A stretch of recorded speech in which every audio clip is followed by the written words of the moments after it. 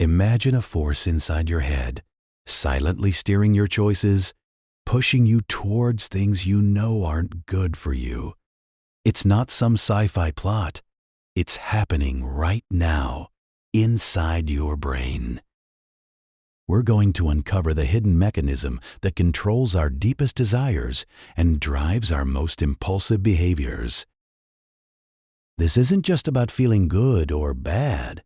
It's about understanding why we get stuck in cycles we can't seem to break, why our attention spans are shrinking, and why true satisfaction often feels just out of reach. By the end of this journey, you'll see how a powerful brain chemical, something essential for human survival, has been weaponized against us, subtly reshaping our lives. For a long time, dopamine was labeled simply as the pleasure chemical. You eat a delicious meal, dopamine surges, and you feel good. You win the lottery, dopamine floods your brain, pure ecstasy. But that's only part of the story, and frankly, it's a massive misunderstanding that actually prevents us from truly grasping how our brains work. Dopamine isn't primarily about the pleasure you get. It's about the pleasure you anticipate. It's not the reward itself, but the motivation to pursue that reward. Think of dopamine as the fuel for seeking, for exploring, for learning. It's the engine that says, go get it. Imagine our ancestors, tens of thousands of years ago, living in a world of scarcity. Food wasn't in a fridge, water wasn't from a tap, and shelter wasn't a click away. To survive, they needed a powerful internal drive to hunt, gather, and seek out resources. That drive?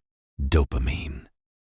When a hunter saw tracks in the dirt indicating a potential meal, dopamine surged.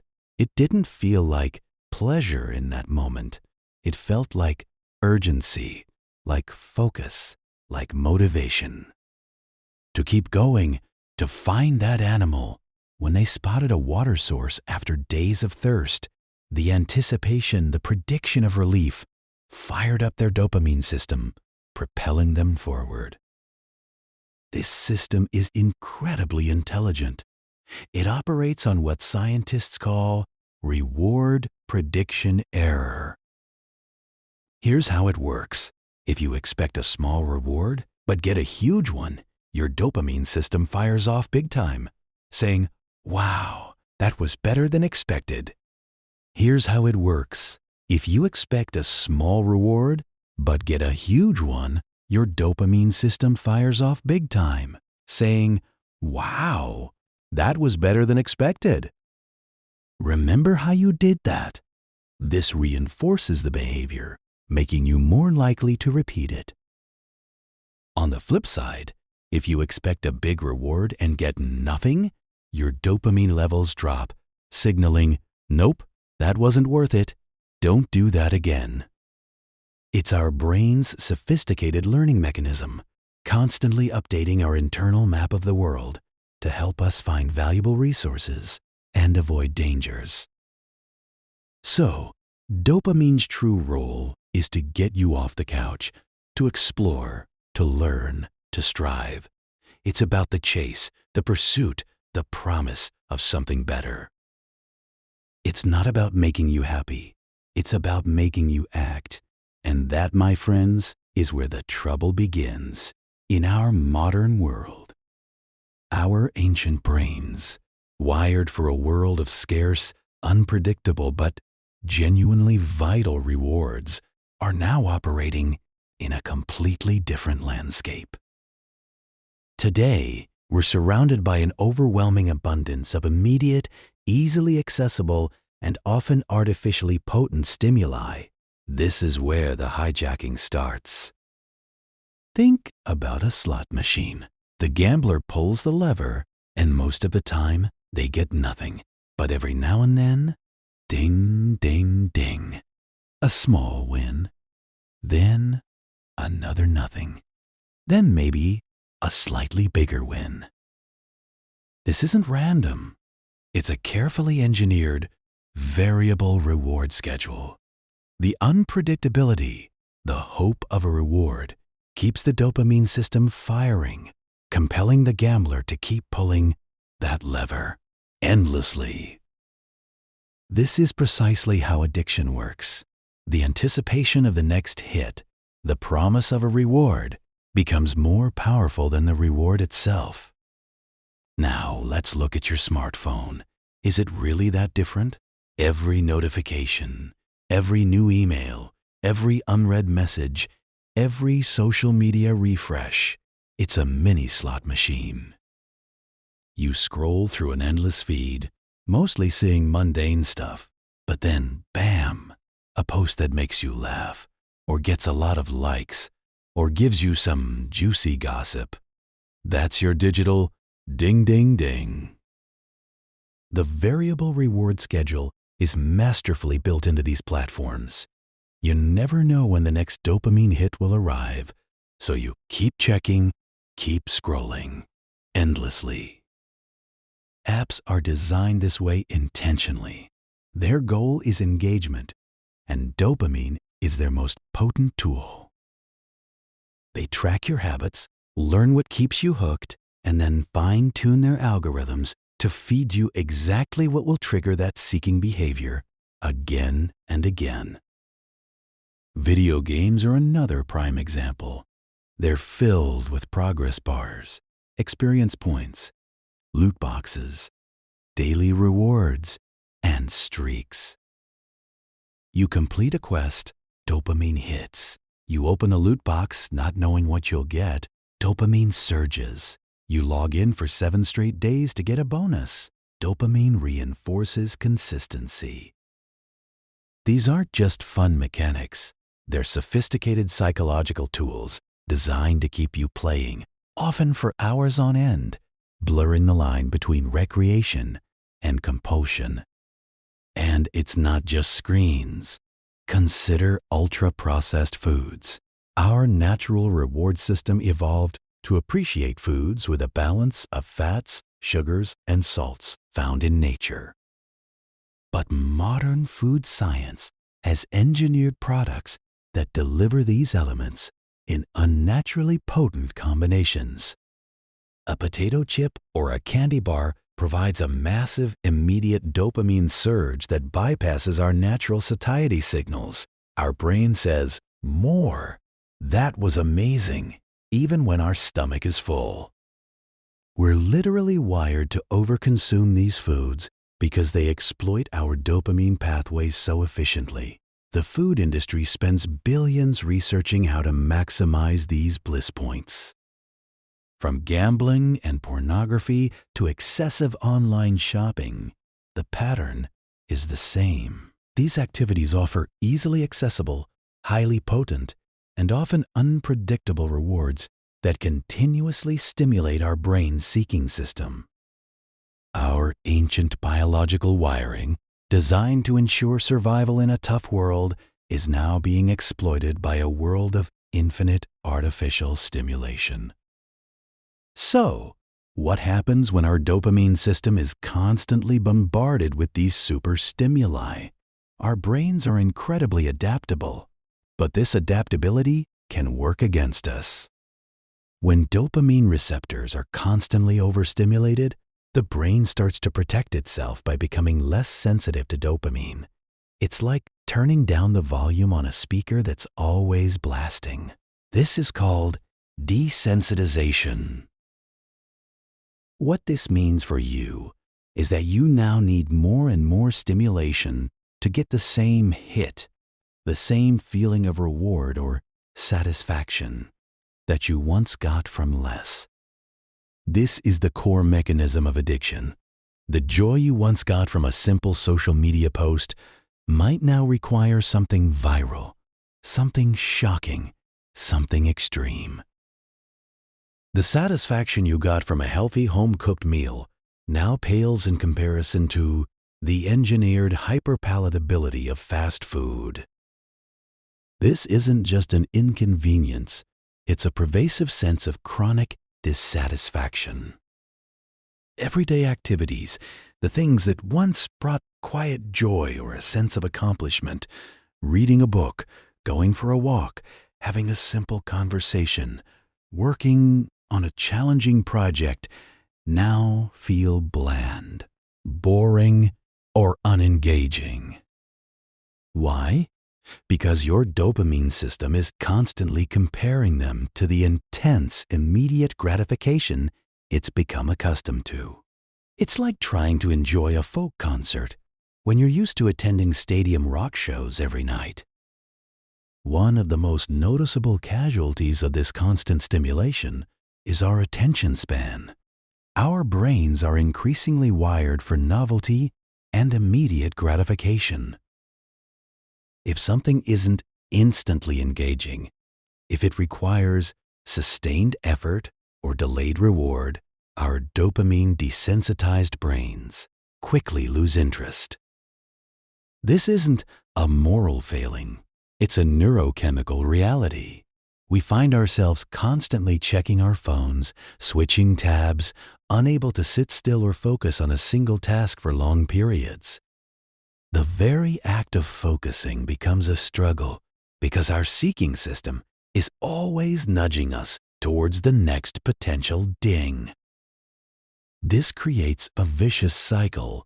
The less satisfaction we get from normal life, the more we seek out those potent, instant dopamine hits. The more we seek those hits, the more desensitized our brains become, and the harder it is to find joy in anything else. We become perpetually busy, perpetually engaged, but ultimately perpetually unfulfilled. Our intrinsic motivation, the internal drive to pursue goals for their own sake, begins to wane, replaced by an external dependency on cues and impulses that feel increasingly beyond our control. We become less like conscious choosers and more like Pavlov's dogs salivating at the sound of a bell. The consequences of this dopamine hijacking extend far beyond a shorter attention span or a feeling of vague dissatisfaction. This isn't just about personal inconvenience. It's impacting our mental health, our societal structures, and even our sense of what it means to be human. We're seeing a significant rise in anxiety and depression, particularly among younger generations who have grown up in this hyper-stimulated environment. When your brain is constantly expecting and chasing rewards, but rarely finding true sustainable fulfillment, it creates a state of perpetual low-level stress and anxiety. The feeling of being perpetually on call by your devices, the fear of missing out, FOMO, the endless social comparisons, these all contribute to a toxic mental landscape. Your brain isn't designed to handle thousands of social interactions or constant performance pressure every day. Perhaps the most insidious impact is the erosion of our personal agency and free will. We like to believe we are rational beings making conscious choices. But when algorithms are specifically designed to exploit our neurochemistry, when product designers are meticulously crafting experiences to trigger our most primitive drives, how much of our choice is truly free? We're not consciously deciding to spend hours scrolling through social media. Our primitive reward system is being expertly manipulated, nudged by unseen hands for profit. Each swipe, each click, each purchase often feels like our own decision, but it's frequently the predictable outcome of sophisticated behavioral engineering. This isn't a conspiracy theory. It's the business model of the attention economy. Companies profit when you spend more time on their platforms, consume more of their products, or engage with their content. Your attention, your engagement, your data, these are the new gold. And the most effective way to capture them is by leveraging the most powerful motivational system known to humanity, your dopamine pathways. It creates a society where we're constantly being pulled in different directions, our inner peace and focus constantly under attack, leaving us feeling fragmented and overwhelmed. We're becoming a society of perpetual seekers, always chasing the next hit, the next notification, the next big thing, while losing touch with the richness and satisfaction found in the present moment, in deep work, in meaningful relationships, and in simple, natural pleasures.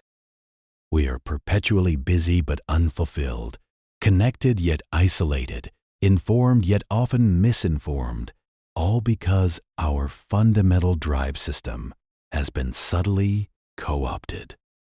The good news is that understanding this process is the first and most crucial step towards taking back control. You are not powerless. Your brain is not permanently broken. It's incredibly resilient and capable of change, a concept known as neuroplasticity. The initial step is, but actively being manipulated by carefully designed stimuli changes everything. When you feel that urge to check your phone, or open that game, or reach for that sugary snack, pause. Ask yourself, is this truly my desire, or is it my dopamine system reacting to a programmed trigger? This simple act of conscious observation creates a tiny wedge between the impulse and the action, giving you a chance to choose differently. Next, you need to consciously set. This isn't about eliminating dopamine. That would be impossible and undesirable. It's about resensitizing your receptors, about recalibrating your brain's reward system to appreciate natural, healthy levels of stimulation again. This means purposeful digital detoxes, scheduled times away from screens, maybe starting with an hour a day, then a full evening, then a weekend. It means mindful consumption, choosing to engage with social media only at certain times, turning off notifications, and unsubscribing from email lists that bombard you with offers. It also involves rediscovering delayed gratification and sustainable rewards. Our brains thrive on accomplishment that comes from effort. Learning a new skill, mastering a musical instrument, building something with your hands, training for a race, cultivating a garden, nurturing deep relationships. These activities provide dopamine, but in a slower, more sustained, and ultimately more satisfying way. The reward isn't instantaneous, it's earned, and the dopamine release is tied to the journey and the mastery, not just a fleeting hit. These activities build genuine self-esteem and a sense of purpose that instant gratification never can. Engage in activities that are inherently rewarding, not just dopaminergic. Spend time in nature, read physical books, cook your own meals. Have deep, uninterrupted conversations, practice mindfulness or meditation to train your attention. These practices help rewire your brain, reminding it that satisfaction isn't just found in the next ping or scroll, but in sustained effort and genuine connection. It's about valuing the process as much as the outcome. By understanding how your brain's most powerful motivational system works and how it's being exploited, you gain the power to consciously choose how you engage with the world. You can reclaim your focus, reduce anxiety, and find genuine satisfaction in a life lived on your terms, not dictated by algorithms and instant gratification. It's time to take back the wheel. If you want to dive deeper into building genuine focus in a distracted world, watch this video next.